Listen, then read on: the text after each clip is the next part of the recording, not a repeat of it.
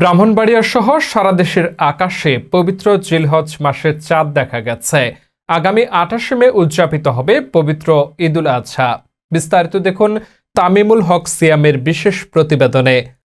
ব্রাহ্মণবাড়িয়া সহ সারা দেশের আকাশে দেখা গেছে পবিত্র জিলহজ মাসের চাঁদ। আগামীকাল মঙ্গলবার থেকে শুরু হচ্ছে জিলহজ মাস। সেই হিসেব অনুযায়ী 28 মে বৃহস্পতিবার দেশে উদযাপিত হবে পবিত্র ঈদুল আজহা। সোমবার সন্ধ্যায় জাতীয় চাঁদ দেখা কমিটির সভা শেষে ঈদের তারিখ ঘোষণা করা হয়। ঈদের খবর ছড়িয়ে পড়তেই ব্রাহ্মণবাড়িয়া জুড়ে শুরু হয়েছে উৎসবের আমেজ। শহর থেকে গ্রাম সবখানে চলছে ঈদ প্রস্তুতি। মার্কেট ও বিপণী বিতানগুলোতে বেড়েছে ক্রেতাদের ভিড়। নতুন পোশাক ও ঈদের সামগ্রী কিনতে পরিবার নিয়ে বাজারে আসছেন মানুষ। অন্যদিকে জেলার বিভিন্ন এলাকায় জমে উঠতে শুরু করেছে কুরবানির পশুর হাট।